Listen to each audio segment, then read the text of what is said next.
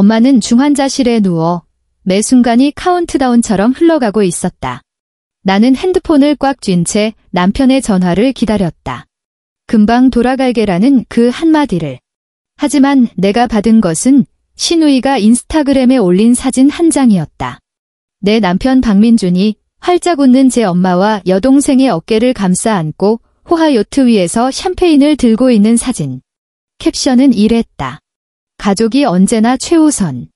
그 순간 내 안에 존재하던 아내라는 것이 산산조각나며 완벽히 죽어버렸다.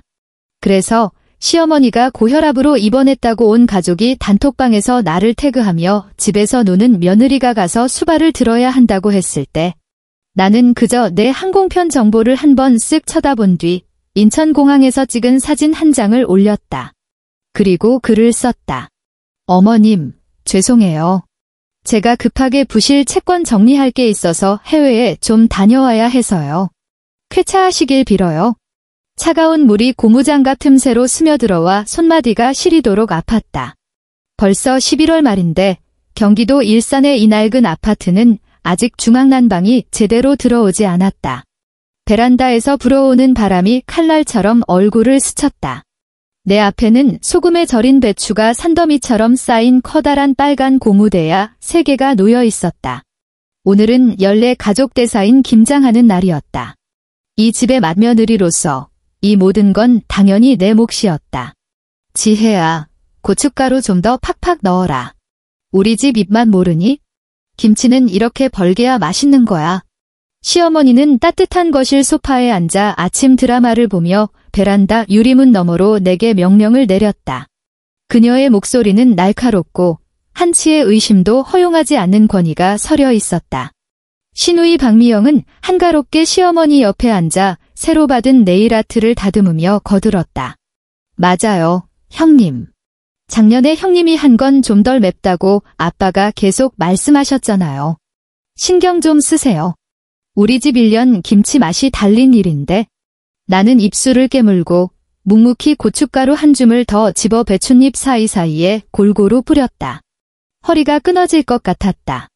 새벽 5시부터 배추를 씻고 절여 지금까지 거의 6시간을 꼬박 서 있었다. 그런데 내 남편 박민주는 회사에 중요한 프로젝트가 있다며 어젯밤 회사에서 잤다. 나에게 자기를 대신해서 효도하느라 고생이 많다는 말만 남긴 채. 이게 내 결혼 생활이었다. 나, 서지혜, 35세. 가정주부라는 신분에 갇힌 죄수.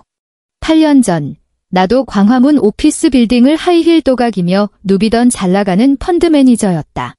당시 증권사 평사원이었던 박민준을 돕기 위해 나는 그의 약속을 믿었다. 지혜야, 내 재능을 이렇게 썩히면 안 되지. 내가 승진하면 그때 다시 내가 하고 싶은 일 해. 지금은 몇 년만 고생해줘. 내가 안정될 때까지만. 그렇게 나는 사표를 냈고 그의 현모양처가 되었다. 나는 내 모든 전문 지식과 결혼 전 모아둔 돈을 전부 쏟아부어 우리 집의 모든 투자를 관리했다. 지난 8년 그 전셋집에서 나는 컴퓨터 화면의 캔들 차트를 노려보며 단 한 푼의 돈까지 굴려 우리 가족의 자산을 3배로 불렸다.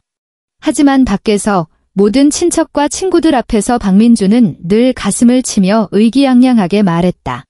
내가 말이야, 시장을 보는 타고난 감이 있어? 그리고 나는 그저 그의 옆에서 화사한 화장과 적당한 미소를 띤 채 모두에게 운 좋게 시집 잘 간 부속품일 뿐이었다. 그는 단 한 번도 내 공을 언급하지 않았다. 마치 그 숫자의 성장이 오롯이 그가 증권사에서 주워들은 내부 정보 덕분인 것처럼. 한 번은 반박하려 한 적도 있었다. 하지만 그는 나를 거의 동정하는 듯한 눈빛으로 쳐다보며 말했다. 지혜야, 당신 집에만 있다 보니 세상 물정을 잘 모르네. 그런 복잡한 생각 말고 남편이 벌어다주는 돈으로 편하게 사는 게 좋지 않아? 그 숨막히는 조음은 우리 엄마가 쓰러지시던 날 산산조각 났다. 그날 오후 나는 부엌에서 제사에 쓸 전을 부치고 있었다. 그때 남동생에게서 울먹이는 전화가 걸려왔다. 누나, 엄마가 뇌출혈로 쓰러지셨어. 지금 병원에서 수술 중이야. 나는 미친 사람처럼 병원으로 달려갔다. 소독약 냄새, 중환자실 앞에서 깜빡이는 붉은 등 온 세상이 빙빙 도는 것 같았다. 의사는 상태가 매우 위독하며 건강보험이 적용되지 않는 수입 신약을 써야 한다고 했다. 한 코스에 대략 5천만 원이 필요하다고. 5천만 원, 나는 복도 의자에 주저앉았다. 머릿속이 하얘졌다. 우리 집의 모든 돈은 나와 민준의 공동 투자 계좌에 있었고 그가 운용하고 있었다. 나는 즉시 그에게 전화를 걸어 떨리는 목소리로 상황을 설명했다. 전화기 너머로 잠시 침묵이 흘렀다. 이내 민준의 언제나처럼 침착해서 냉정하게까지 들리는 목소리가 들려왔다. 지혜야, 일단 진정해. 5천만 원은 작은 돈이 아니잖아. 요즘 주식시장 변동성이 커서 지금 돈을 빼면 손실이 막대할 거야. 장모님은 우리가 다른 방법을 좀 찾아보자. 지원금 같은 거 신청할 수 있는지 알아보고. 다른 방법이라니. 우리 엄마 목숨이 달린 돈이야. 손실 좀 보는 게 대수야? 박민준, 그 돈엔 내 돈도 절반이나 들어있어. 나는 거의 절규했다. 우리 공동 재산이니까 더 신중해야지. 그의 목소리에 짜증이 섞여 나왔다. 철없는 애처럼 굴지 말고 좀 침착해. 돈 문제는 내가 알아서 할 테니 당신은 병원에 있어? 그는 전화를 끊었다. 그 후 며칠, 내가 돈을 재촉할 때마다 그는 아직 시장이 회복 안 돼서 최적의 매도 시점을 찾고 있어 같은 말로 나를 회유했다. 나는 중환자실에 누워있는 엄마의 창백한 얼굴을 보며 가슴이 찢어지는 것 같았다. 심지어 내 보석함을 여러 결혼 전 장만했던 엄마가 사주셨던 내 돈으로 샀던 목걸이와 귀걸이들을 보며 이걸 팔면 얼마나 나올까 계산까지 했다. 물에 빠진 사람처럼 나는 어떤 지푸라기도 잡을 수 없었다. 내가 그 5천만 원 때문에 밤잠을 설치며 그에게 거의 무릎이라도 꿇고 싶었을 때 나는 신우이 박미영의 인스타그램을 보게 되었다. 눈이 시리도록 화창한 빛이 가득한 사진이었다. 배경은 푸른 바다와 하늘, 장소는 제주도로 태그되어 있었다. 사진의 중심에는 내 남편 박민준이 있었다. 그는 캐주얼한 흰 셔츠 차림으로 제 엄마와 여동생을 다정하게 끌어안고 있었다. 시어머니는 얼굴에 주름이 꽃처럼 활짝 필 정도로 웃고 있었고 목에는 내가 작년 생신 선물로 석 달치 생활비를 털어 사드렸던 까르띠에 목걸이가 걸려 있었다. 신우이 미영은 핸드폰을 들고 셀카를 찍으며 자랑스러운 미소를 짓고 있었다. 그들 세 사람 앞 테이블에는 샴페인과 거대한 킹크랩이 놓여 있었다. 민준의 손은 잘 발라낸 게살 한 점을 집어 자상하게 시어머니의 입으로 가져가고 있었다. 저 요트, 나는 알아볼 수 있었다. 제주도에서 가장 호화로운 모델로 하루 대여료만 3천만 원이 넘었다. 캡션은 짧은 한 줄이었다. 가족이 언제나 최우선. 핸드폰이 툭 소리를 내며 병원의 차가운 바닥으로 떨어졌다. 나는 죽지 않았다. 그저 그 사진을 뚫어져라 쳐다봤다. 온몸에 피가 순간적으로 얼어붙는 기분이었다. 나는 박민준의 얼굴에 걸린 미소를 몇 번이고 다시 봤다. 그건 내가 한 번도 본 적 없는 진심에서 우러나오는 편안함과 즐거움이었다. 돈이 없는 게 아니었다. 단 한 번도 돈이 없던 게 아니었다. 그저 우리 엄마, 우리 가족은 그의 돈을 쓸 자격이 없었던 것이다. 그의 가족이라는 정의 안에 처음부터 나와 우리 친정은 없었다. 그날 밤, 민주는 드디어 가족 여행에서 돌아왔다. 온몸에 바닷바람과 햇살 냄새를 풍기며 병실로 들어온 그는 내 충혈된 두 눈을 보고는 보란듯이 한숨을 쉬며 내 어깨를 두드렸다. 지혜야, 고생 많았어. 엄마가 요즘 계속 기분이 안 좋으셔서 나랑 미영이가 바람 좀 쐬어드리고 왔어. 그냥 푼돈 쓴 거니까 너무 신경 쓰지 마. 그는 아무렇지 않게 말했다. 나는 아무 말 없이 핸드폰을 들어 그 사진을 보여줬다. 그의 얼굴색이 순간 변했지만 이내 평정을 되찾았다. 아, 봤구나. 그냥 엄마 기분 풀어드리려고 한 거야? 장모님 병원비는 우리가 다시 방법 찾아보면 되지. 어떻게든 될 거야. 방법을 찾아보자고 나는 마침내 입을 열었다. 목소리가 사포로 목을 긁는 것처럼 거칠었다. 박민준, 그 요트 하루 빌리는 돈이면 우리 엄마 목숨값의 반이야. 당신이 그 푼돈으로 당신 엄마 기쁘게 해드릴 때 우리 엄마는 그 돈이 없어서 다시는 못 깨어날 수도 있다는 생각은 안 해봤어? 그가 미간을 찌푸렸다. 모욕당했다는 듯한 노기가 서려 있었다. 서지혜, 말을 어떻게 그렇게 해. 우리 엄마야. 날 이렇게 키워주신 분인데 내가 기쁘게 해드리는 게 잘못이야? 당신 좀 철들면 안 돼? 돈 문제는 내가 해결한다고 했잖아. 왜 이렇게 감정적이야? 감정적이라고 나는 웃었다. 하지만 눈물은 속절없이 흘러내렸다. 나는 10년을 사랑하고 8년의 청춘을 바친 이 남자를 바라보았다. 그의 잘생긴 얼굴에는 짜증과 비난이 가득했다. 그 순간 나는 선명하게 느꼈다. 내 몸속 어딘가에 있던 아내와 연인이라는 이름의 부드러운 부분이 중환자실에서 들려오는 엄마의 미약한 심장 박동 소리와 함께 완전히 부서지고 죽어버렸다는 것을. 나는 더 이상 그와 싸우지 않았다. 시체와 논쟁하는 것은 아무 의미 없는 짓이니까. 기적적으로 며칠 뒤 엄마의 병세가 안정되기 시작했다. 의사는 엄마의 의지가 매우 강하다며 비록 긴 재활이 필요하겠지만 일단 생명의 위험은 넘겼다고 했다.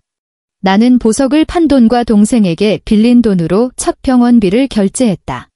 그날 밤 나는 집이라 불리던 아파트로 돌아갔다. 민주는 이미 잠들어 균일한 코골이 소리를 내고 있었다. 나는 울지도 소란을 피우지도 않았다. 서재로 들어가 얇은 먼지가 쌓인 노트북을 열었다. 부팅 음악이 울리고 화면이 밝아지며 내 무표정한 얼굴을 비췄다. 나는 익숙하게 가족 사진이나 쇼핑몰 즐겨찾기를 피해 퀀트라는 이름의 폴더를 열었다.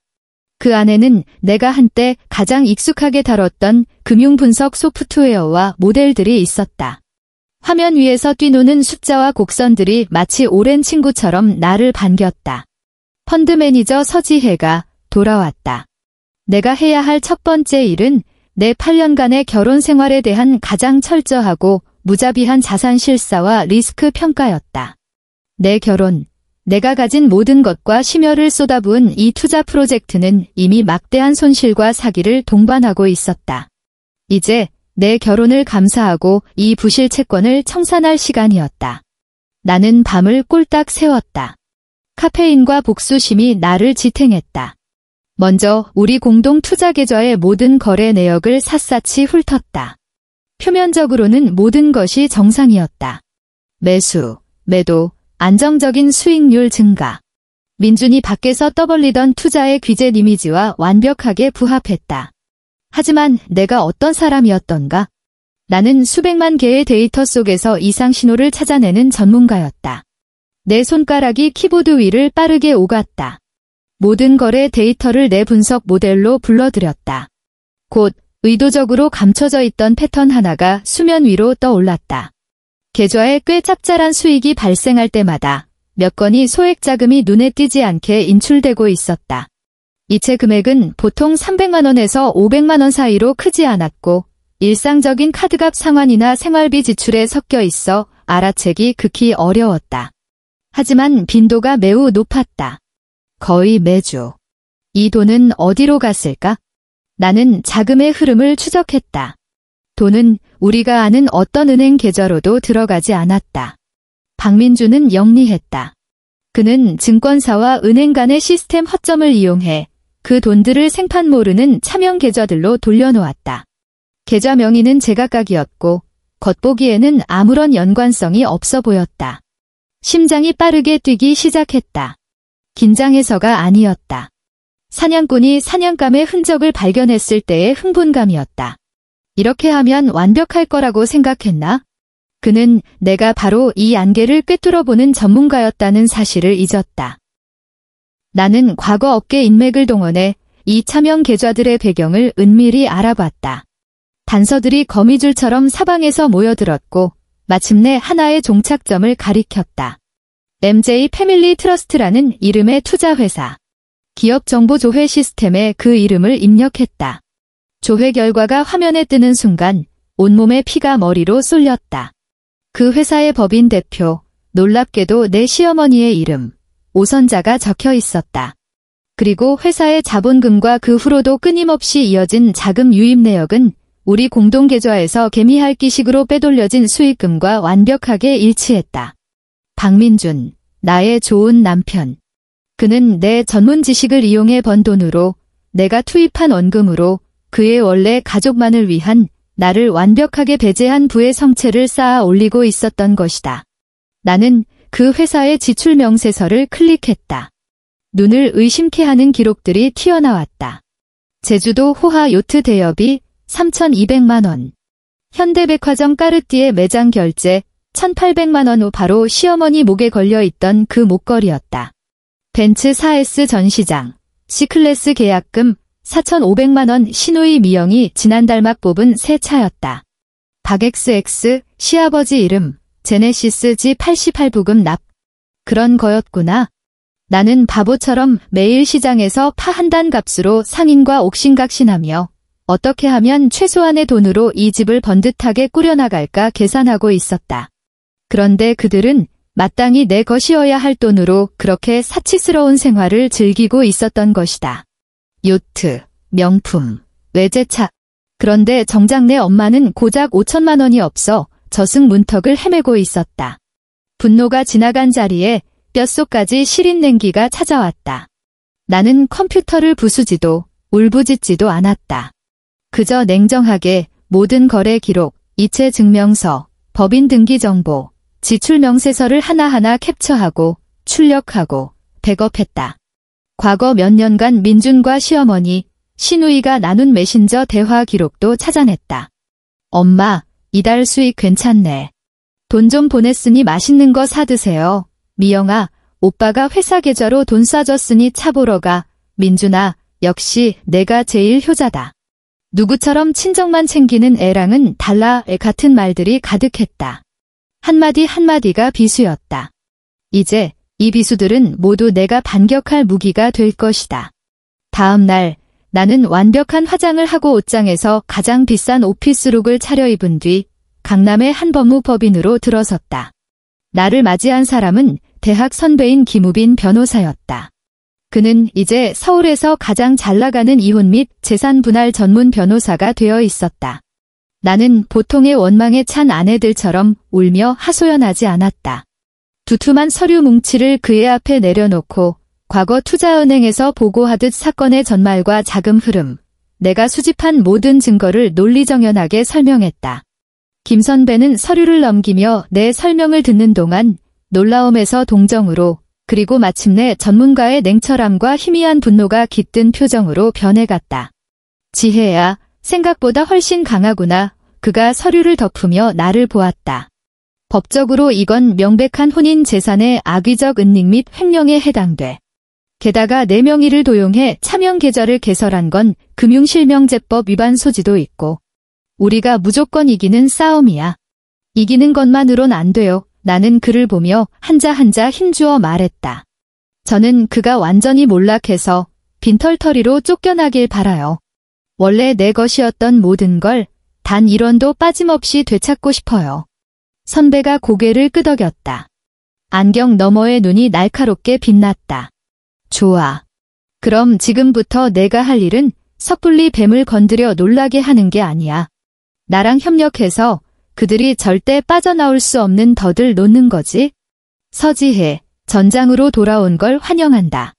법무법인을 나서자 바깥은 햇살이 눈부셨다. 나는 심호흡을 했다. 폐 속에 자유로운 공기가 가득 차는 기분이었다. 감사는 끝났다. 이제 판을 짤 시간이었다. 그날 저녁, 박민준이 퇴근해서 집에 돌아왔을 때 그를 맞이한 것은 푸짐하게 차려진 저녁상과 오랜만에 보는 웃는 얼굴의 나였다. 그는 잠시 멈칫하며 탐색과 의심이 가득한 눈빛으로 나를 쳐다봤다. 지혜야, 당신... 내가 먼저 다가가 그의 서류 가방을 받으며 봄날의 호수처럼 부드러운 목소리로 말했다. 여보, 왔어요. 그날 병원에서 내가 잘못했어요. 너무 경황이 없어서 당신 마음 아프게 하는 말을 했네. 미안해요. 나는 고개를 숙여 연약한 목선을 적절히 드러냈다. 곰곰이 생각해봤는데 당신 말이 맞아요. 어머님이 당신을 어떻게 키우셨는데 기쁘게 해드리는 게 당연하죠. 제가 철없이 돈 문제로 당신이랑 싸우면 안 되는 거였는데 나의 변화는 명백히 그의 예상을 벗어난 것이었다. 그의 굳어있던 몸이 서서히 풀리며 익숙한 약간의 우월감이 섞인 미소가 얼굴에 떠올랐다. 그는 손을 뻗어 내 어깨를 감싸 안으며 토닥였다. 당신이 그렇게 생각해주니 정말 다행이다. 지혜야, 내가 당신이 제일 사리분별 밝은 사람인 줄 알았어. 걱정 마. 장모님 일은 내가 다 알아서 처리할게. 네, 나는 순순히 고개를 끄덕이고는 마치 무심결에 떠오른 듯 말을 꺼냈다. 아, 맞다. 여보, 당신이 전에 말했던 되게 그 투자회사요. 들어보니까 되게 대단한 것 같던데. 제가 요즘 반성 좀 했는데 제 어설픈 투자 지식은 이제 다 낡았고 차라리 우리 집 돈을 다 합쳐서 당신이랑 어머님이 같이 관리하시는 게 효율도 높고 수익도 더 좋을 것 같아요. 그 말을 듣는 순간 박민준의 눈이 번쩍 빛났다. 늑대가 피냄새를 맡은 듯 탐욕과 놀라움이 뒤섞인 빛이었다. 나는 계속해서 판돈을 올렸다. 약간 망설이는 듯 부끄러운 듯 말했다. 제 명의로 된 결혼 전 아파트가 하나 있잖아요. 마포에 있는 작은 거요. 계속 세만 주고 있는데 월세도 얼마 안 되고 그걸 그 회사에 증여하는 건 어떨까 싶어서요. 어차피 앞으로도 한 가족인데 회사에서 통합 운영하는 게 제가 이렇게 어설프게 굴리는 것보다 낫잖아요.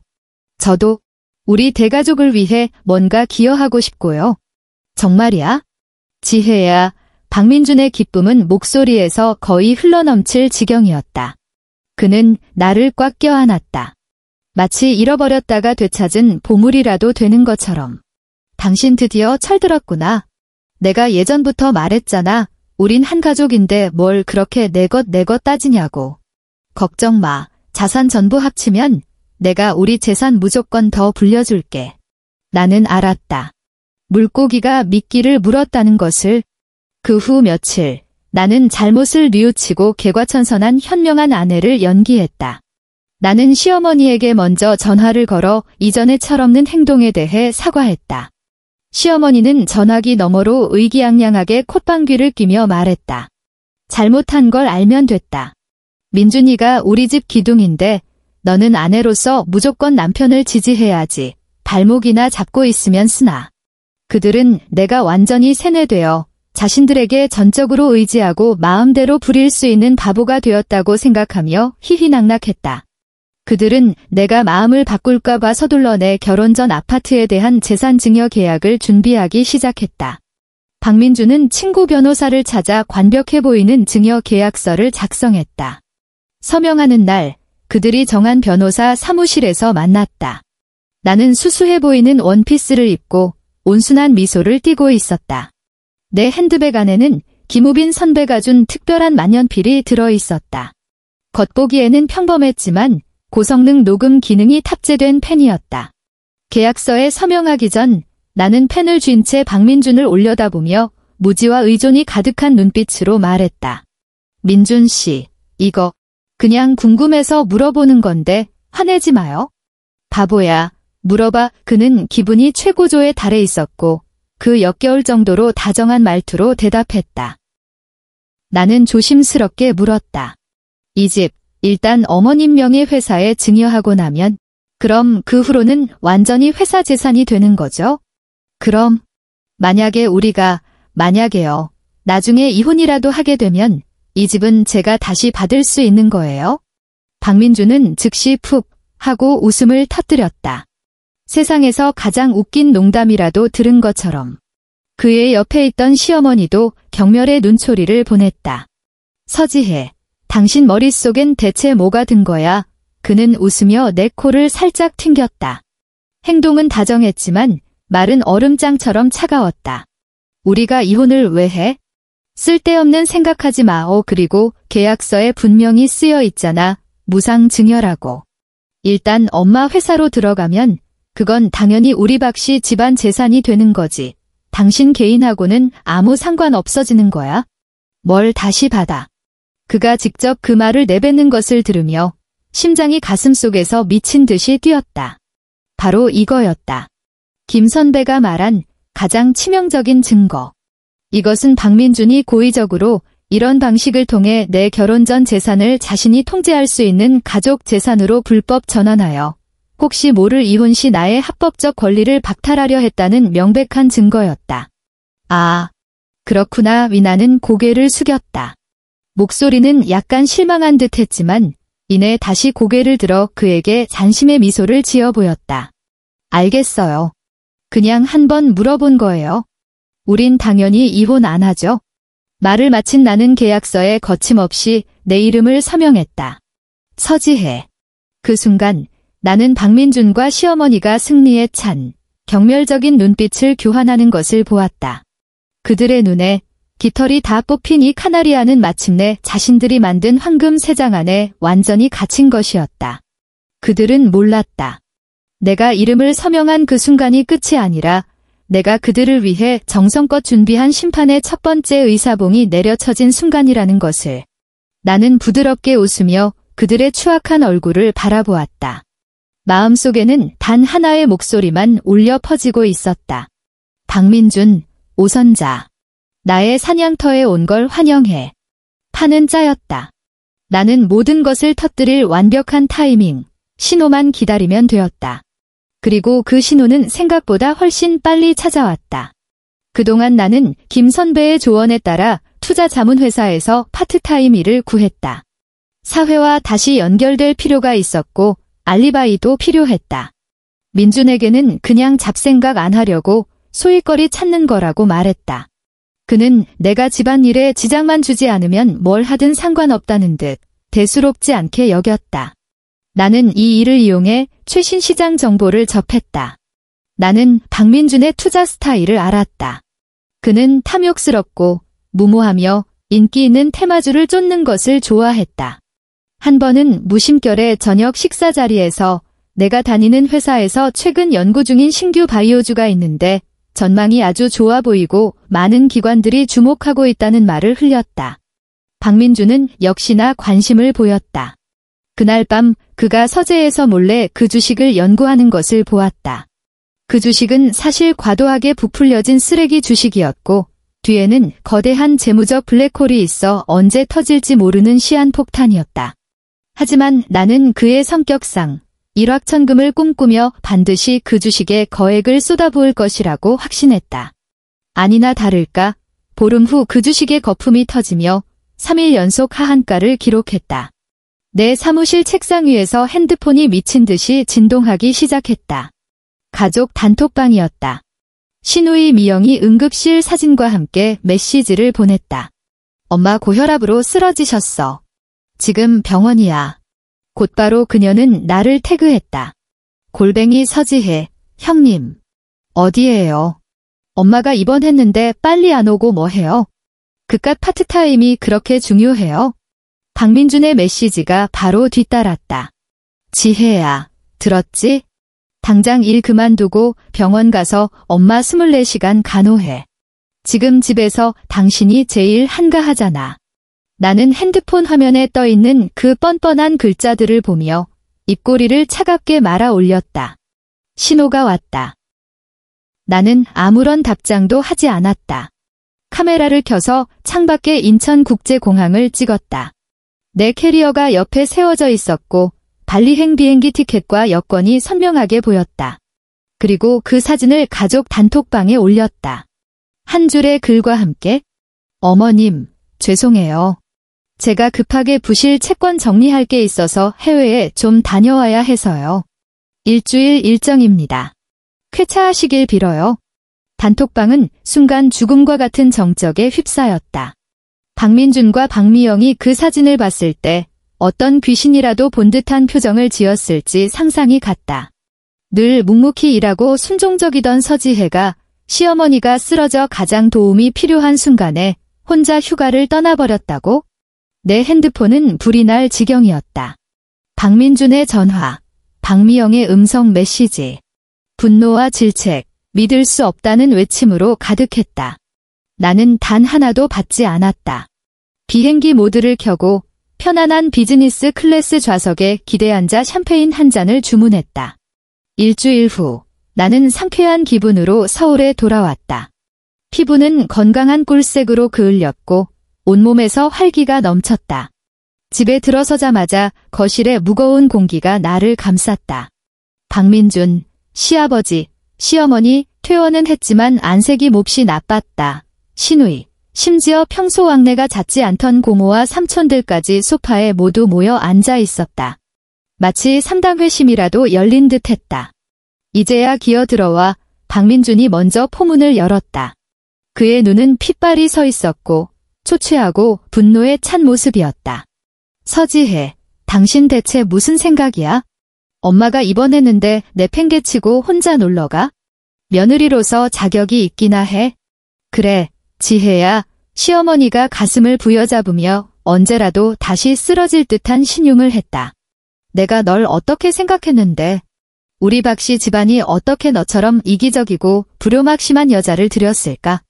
시누이 미영은 더욱 날카롭게 쏘아붙였다. 형님, 우리 박씨 집안이 우스워요. 형님이 지금 우리 집에서 먹고 자고 한다는 거 잊었어요? 무슨 자격으로 아가씨 행세해요? 친척들도 한마디씩 거들기 시작했다. 지혜야, 이번엔 내가 정말 심했다. 얼른 시어머니께 사과드려.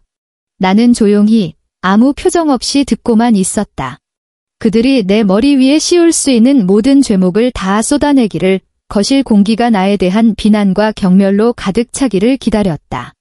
그리고 나는 천천히 내 서류 가방을 거실 테이블 위에 올려놓았다. 탁 하는 가벼운 소리가 울렸다. 모든 소리가 멎었다. 모두가 나를 쳐다봤다. 나는 변명도 울음도 터뜨리지 않았다. 가방에서 두툼한 서류 뭉치를 꺼내 사본 한 부를 뽑아 테이블 위로 던졌다. 이건 제가 서울가정법원에 제출한 이혼 소장과 재산 보전 처분 신청서예요. 내 목소리는 크지 않았지만 고요한 거실 안에서 천둥처럼 선명하게 울렸다. 어제 오후 3시부로 박민준 씨 명의의 모든 급여 통장, 주식계좌, 그리고 오선자 여사님 명의의 그 잼제이 패밀리 트러스트 법인의 모든 은행 계좌가 전부 동결되었습니다. 박민준의 얼굴이 순식간에 새하얗게 질렸다. 그가 벌떡 일어나며 믿을 수 없다는 듯 나를 쳐다봤다. 너 뭐라고? 미쳤어. 시어머니도 소리를 질렀다. 이 탐욕스러운 미친년. 내가 뭔데 내 회사를 동결시켜? 그건 내 돈이야. 내가 감히 우리 박씨 집안 재산을 넘봐? 내가 말하는데 너 한 푼도 못 가져가. 그래요. 나는 차갑게 비웃으며 가방에서 그 녹음펜을 꺼내 재생 버튼을 눌렀다. 박민준의 익숙하면서도 귀에 거슬리는 목소리가 거실에 선명하게 울려 퍼졌다. 우리가 이혼을 왜 해? 쓸데없는 생각하지 마. 그리고 계약서에 분명히 쓰여 있잖아. 무상증여라고. 일단 엄마 회사로 들어가면 그건 당연히 우리 박씨 집안 재산이 되는 거지. 당신 개인하고는 아무 상관 없어지는 거야. 뭘 다시 받아. 녹음이 끝나자 거실은 다시 죽음과 같은 정적에 휩싸였다. 박민준은 모든 힘이 빠져나간 사람처럼 소파에 주저앉았다. 입술을 파르르 떨며 한마디도 하지 못했다.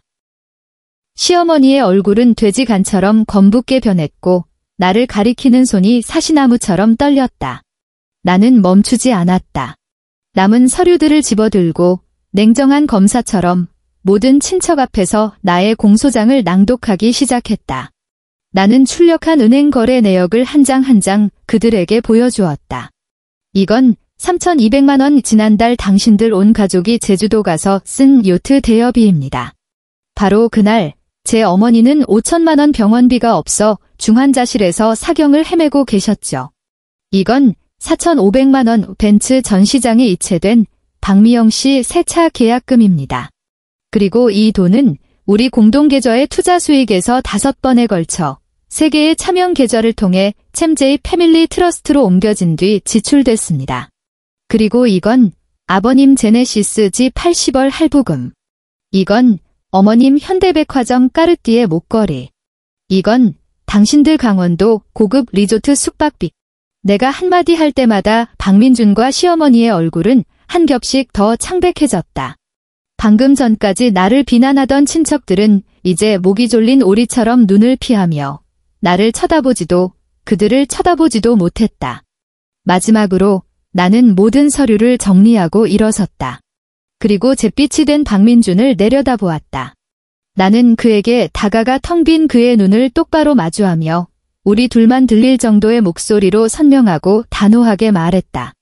박민준 씨, 요트 위에서 올린 사진 캡션 기억해요? 가족이 언제나 최우선이라고. 나는 잠시 멈췄다가 그의 눈에 마침내 떠오른 공포를 보며 한 글자 한 글자 힘주어 나의 최종 판결을 내렸다. 이제야 비로소 깨달았어요.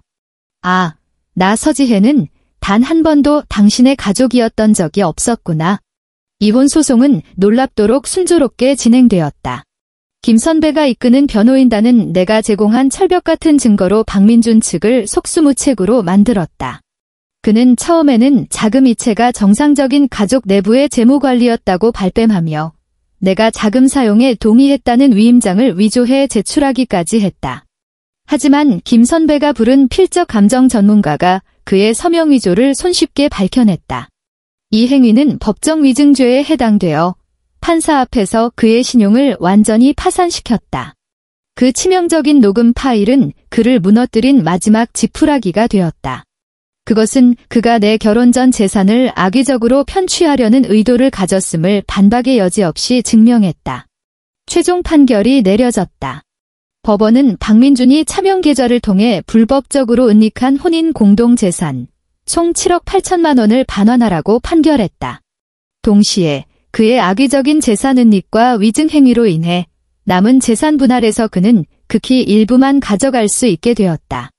그리고 내 결혼 전 아파트의 증여 행위는 기만과 강박에 의한 것으로 인정되어 계약 자체가 무효가 되었고 소유권은 온전히 내게로 돌아왔다. 그 외에도 그는 내게 거액의 정신적 피해 보상금을 지급해야 했다. 박민준은 완전히 무너졌다. 그는 막대한 빚을 짊어지게 되었을 뿐만 아니라 이 시끄러운 소송으로 인해 다니던 증권사에서도 회사명의 실추를 이유로 해고당했다. 한때 의기양양하게 친척들 앞에서 투자의 귀재 행세를 하던 그는 하룻밤 사이에 서울 금융가의 조롱거리, 실업자의 신용불량자인 빈털터리로 전락했다. 그의 가족도 무사하지 못했다. 시어머니의 그 가족 신탁회사는 계좌가 동결되고 이전에 투자했던 쓰레기 주식의 막대한 손실까지 겹쳐 자금줄이 막히면서 곧 파산을 선언했다. 시누이의 벤츠는 은행에 압류당했고 그들은 결국 지금 사는 아파트까지 파라빚의 일부를 갚아야 했다. 인과응보, 그 얼마나 신속하고 정확한가. 나는 되찾은 돈과 상당한 액수의 위자료를 합쳐 청담동의 전망 좋은 펜트하우스를 매입했다. 나는 더 이상 어떤 회사에도 돌아가지 않았다. 남은 자금으로 나만의 개인 투자 스튜디오를 설립했다. 고객은 많지 않았지만 모두 내 전문성을 진정으로 신뢰하는 사람들이었다. 나는 마침내 그 누구를 위해서도 아닌 오직 내 사업과 미래를 위해 일할 수 있게 되었다. 햇살 좋은 어느 오후, 어머니가 내 새집에 오셨다. 어머니는 건강을 많이 회복하셨다. 걸음이 아직 조금 느리긴 했지만 혈색이 좋고 정신도 맑아지셨다. 우리는 햇살이 가득한 테라스에 앉았다. 앞에는 아름다운 본차이나 찻잔과 프랑스식 디저트가 놓여 있었다. 산들바람이 스치자 아래층 도시의 소음은 우리와 상관없는 것처럼 멀게만 느껴졌다. 지혜야, 내가 지금 이렇게 지내는 걸 보니 이제야 엄마가 마음이 놓인다. 어머니는 내 손을 잡으며 말씀하셨다. 눈에는 안쓰러움과 함께 더 큰 안도감이 담겨 있었다. 나는 미소 지으며 어머니의 찻잔에 다즐링 홍차를 채워드렸다. 엄마, 다 지났어요. 저 이제 정말 괜찮아요. 그때 내 핸드폰이 조용히 진동했다. 들어보니 모르는 번호로 온 문자 메시지였다. 하지만 나는 그 번호를 알 수 있었다. 박민준이었다. 지혜야, 내가 잘못했어. 정말 잘못했어. 제발 한 번만 더 기회를 줘. 우리 다시 시작하면 안 될까? 우리 10년 세월을 생각해서라도. 나는 그 문자를 끝까지 읽지도 않고 길게 눌러 차단 및 삭제를 선택했다.